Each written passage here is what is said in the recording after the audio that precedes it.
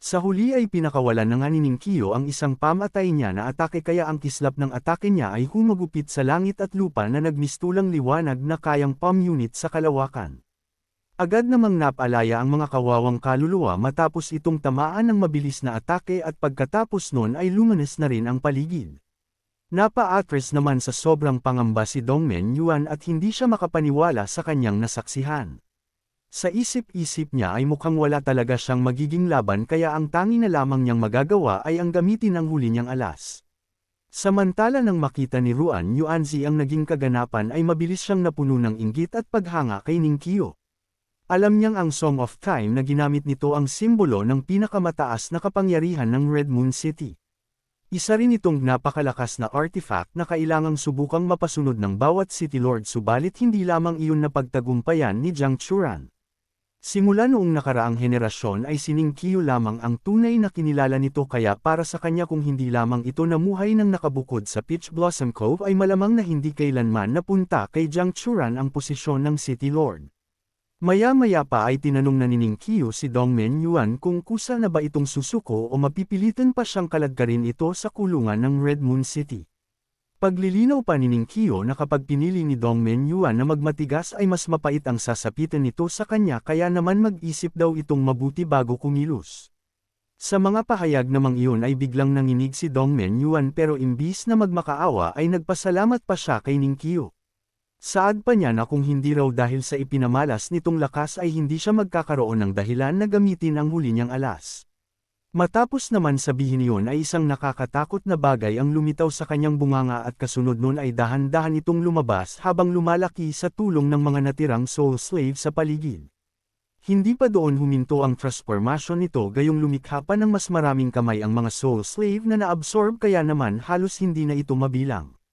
Makalipas ang ilang sandali ay natapos din ang nakakatakot na nilalang sa pagtatransform at doon ay mas lalo itong nakakatakot pagmasdan dahil sa hindi nito pangkaraniwan na itsura.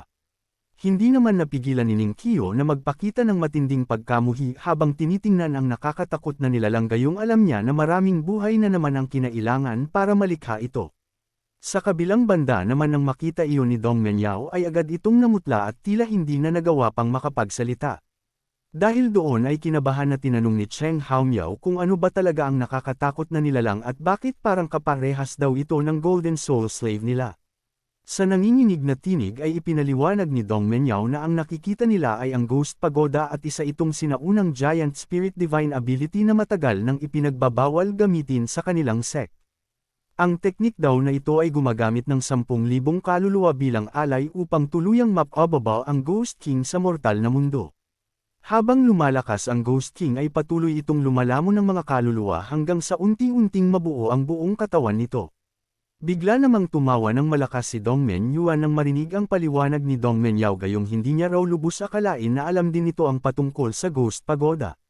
Gayunpaman ay hindi na raw yun mahalaga pa kaya ipinahayag niya na ang lahat ng soul slave na wala sa kanya kanina ay babawiin niya mula sa mga mamamayan ng Red Moon City. Pagkatapos ay mabilis siyang bumuo ng hand seal at iniutos sa Ghost Pagoda na umatake. Sa kabila ng lahat ay nanatiling kalmado si Ninkyo.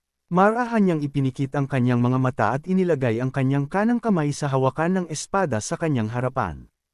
Unti-unti niyang tinipon ang kanyang Yuan Chi hanggang sa lumitaw ang mga mahiwagang simbolong liwanag sa espada. Kasunod naman nun ay mabilis na naputol ang isang kamay ng Ghost Pagoda sa napakabilis na pag-atake at dahil doon ay bahagyang nawala ang kay-abangan ni Dongmen Yuan. Nakita pa niya na tila hindi nababahala si Ninkyo na para bang hindi nito tinitingnan ang bigat ng sitwasyon kaya mas lalo siyang kinakabahan.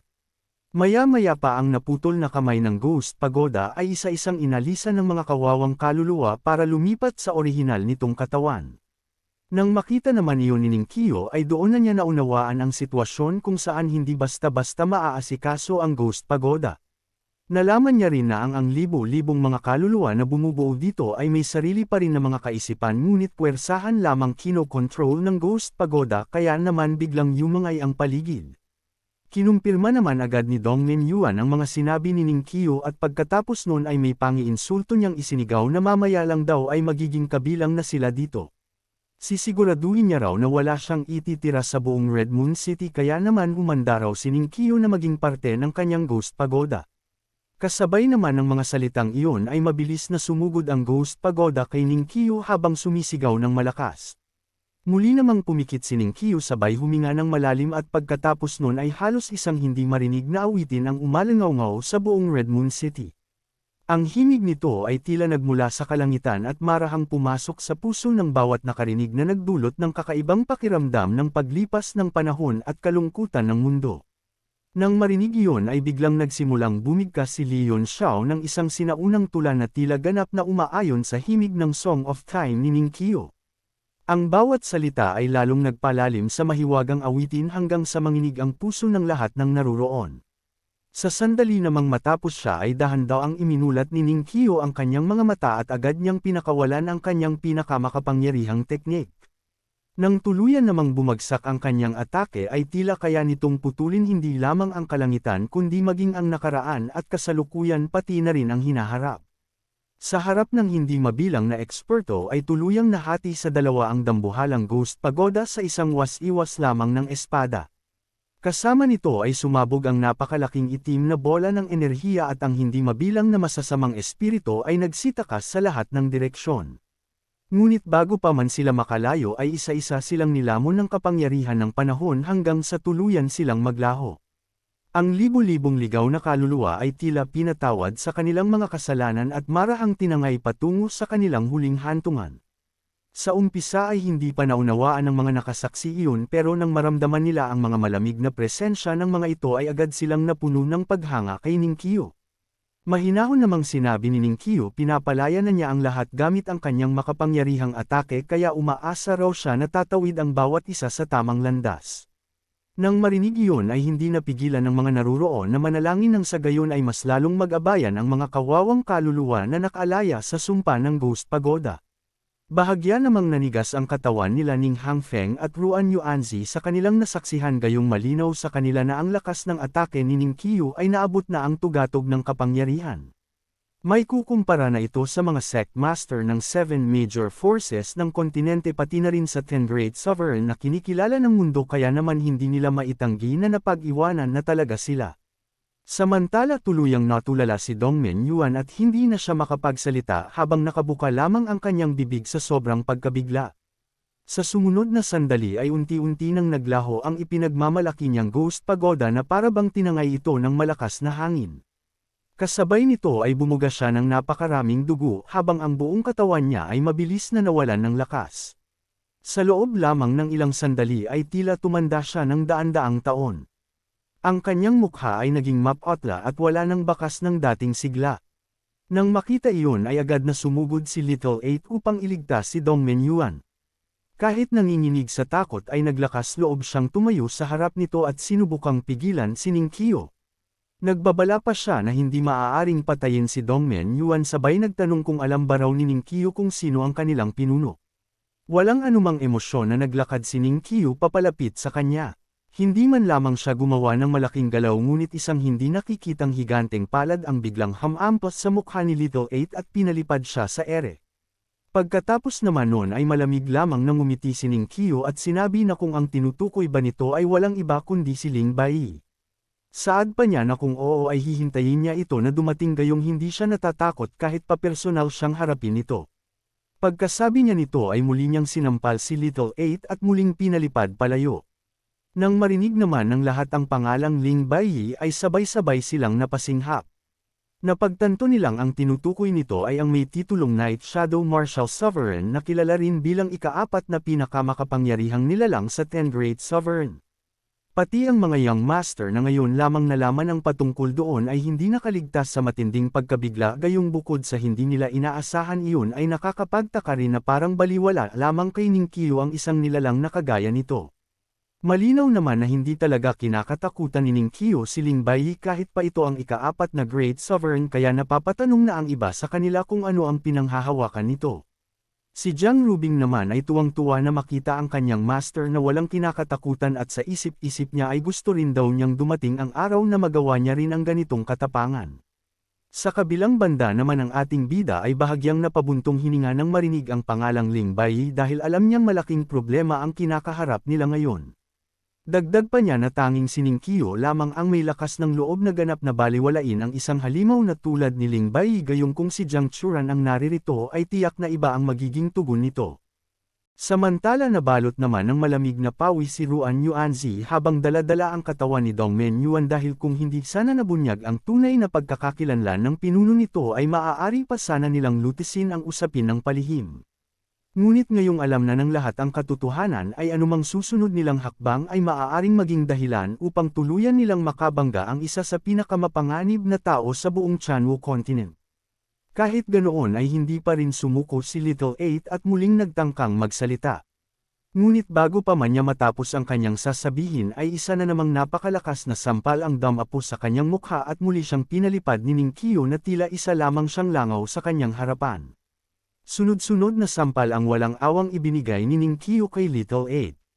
Sa bawat pagtatangkang magsalita nito ay isang malakas na hampas ang agad na sumasalubong sa kanyang mukha. Minsan ay binabanggit niya ang pangalan ng kanyang pinuno at minsan ay nakikiusap na tigilan na ang pananakit pero kung minsan naman ay nagbabanta pa siya ng paghihiganti. Ngunit anuman ang kanyang sabihin ay iisa lamang ang naging kapalit at iyon ay walang iba kundi isa na namang malakas na sampal. Dahil dito ay nanigas ang buong paligid. Lahat ay natuyuan ng laway at hindi makapaniwalang kahit alam na ni Ningqiu ang tunay na pagkakakilanlan ng pinuno ng Death God Palace ay wala pa rin siyang anumang pag-aalinlangan na patuloy na parusahan ang tauhan nito. Kung tutuusin kahit sa kasabihan ay sinasabing kailangang isipin muna ang may-ari bago hampasin ang aso. Ngunit para kay Ningqiu ay tila walang sinuman ang karapat-dapat niyang katakutan. Sa sobrang dami ng sampal ay namaga ang ulo ni Little Eight na tila isang malaking pakwan. Hirap na hirap siyang makatayo dahil tila naging napakabigat na ng kanyang ulo. Nang makita iyon ay halos tumigil ang tibok ng puso ng lahat. Hindi nila maintindihan ang ugali ni Ningqiu.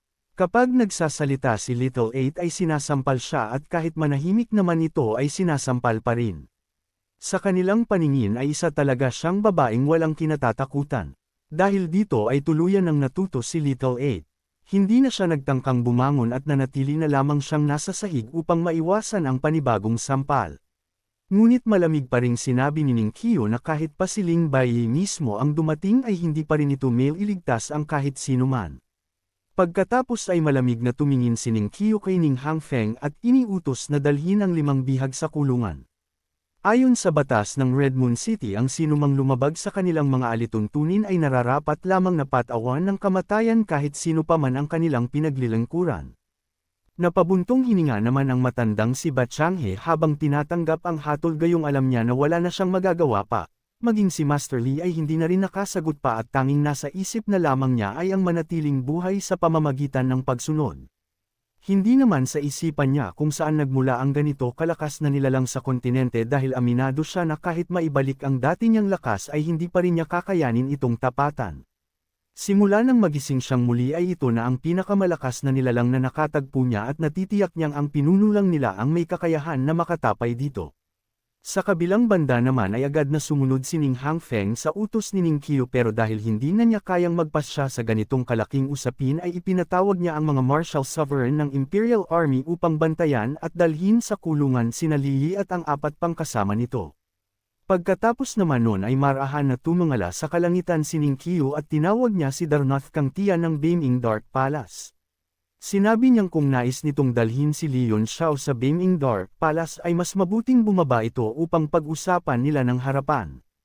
Ilang sandali lamang ay bahagyang nanginig ang kalangitan at unti-unting lumitaw ang anyo ni Darnoth Kang Tian. Halatang kinakabahan ito habang dahan-daang bumababa sa Bright Moon Pavilion. Dahil dito ay agad niyang binago ang kanyang tono at ipinaliwanag na nais lamang niyang anyayahan si Yun Xiao sa Beiming Dark Palace upang makapagpalitan sila ng kaalaman sa martial arts at sabay na pag-aralan ang mga teknik nito.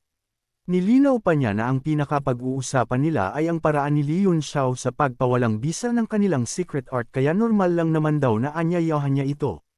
Nang marinig iyon ay hindi makapaniwala ang lahat gayong kahit ang isang mataas na elder ng Beiming Dark Palace ay napilitang maging magalang sa harap ni Ningqiu. Pagkatapos ay lumingon si Ningqiu kay Yun Xiao at tinanong kung nais ba nitong sumama.